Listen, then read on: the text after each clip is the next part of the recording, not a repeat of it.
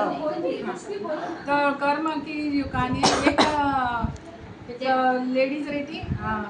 बेचारी अच्छी रहती, हमेशा किसी की भी हेल्प करती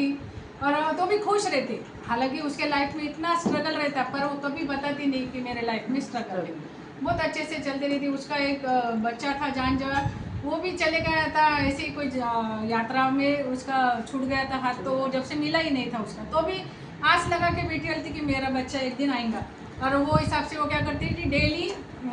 जब भी अपना खाना बनाती थी तो एक्स्ट्रा की 2 पूड़ियाँ बनाती थी, कभी गाय को दे कभी भिखारी को दे, पर ज़्यादा अक्सर करके मालूम होगा एक भिखारी आता तो उसको ही वो 2 रोटियाँ मिल जाती थी, तो रखती थी, ऐसे ही करती थी। पर वो भिखारी क्या करता था, एक दिन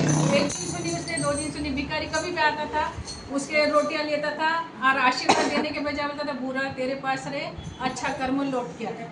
बुरा तेरे पास रहे अच्छा कर्म लौट के आए।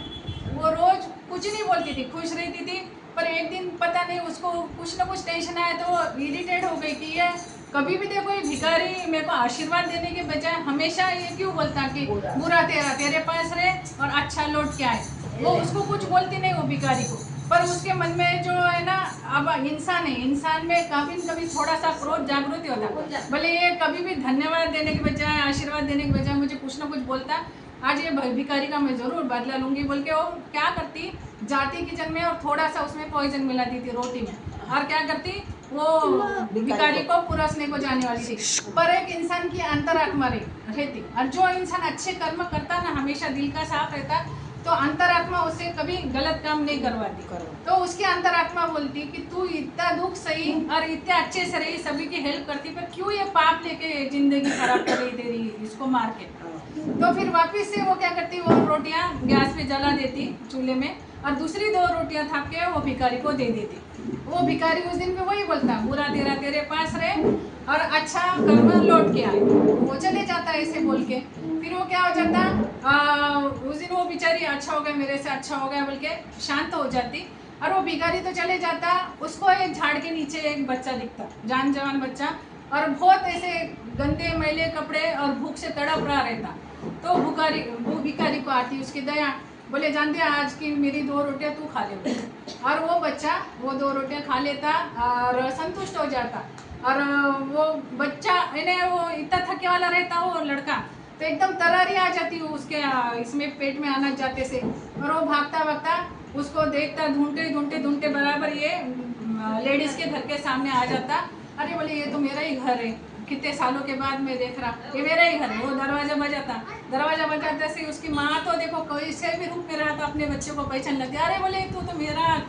कितने हिस्से में राह देख रही थी, एक आस थी कि भगवान मेरा बच्चा मेरे को बराबर लौटेगा, अच्छा हो गया बोले तू आ गया, बोले ये तो भगवान की कृपा है माँ, मैं आ गया, आज तो मेरे प्राण ये गांव के सरहद पे जाने वाले थे झाड़ के नीचे, पर एक भिखारी आया जिसने मुझे 2 रोटियां खिलाया, बोले तो मेरी जान बच गई, बोले उसका पानी और रोटियां खाई। तो बोले कैसा हुलिया था वो भिखारी का, बोले हुलिया तो भिखारी का क्या रहने वाला, बोले माँ भिखारी के जैसा था, पर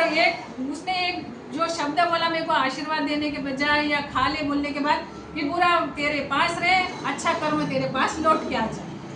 तो एकदम शॉक हो जाती, एकदम झटका बेटा भगवान तूने मुझे बचा लिया। बोले आज ये 2 रोटियां मैं भिखारी को देती थी विष डाल के, पॉइजन डाल के, तो वो भिखारी वो बच्चे को देता था तो मेरा ही बच्चा मरता था। बोले तो आप उसको वो उसका अर्थ समझा कि बुराई करती थी तो वो मेरी बुराई मेरे पास ही आ जाती थी, और अच्छा कर्म है जो दुगना होके आता था, आज मेरा बच्चा बच गया, वो भी दुगना बोल तो इतने सालों से गमे वाला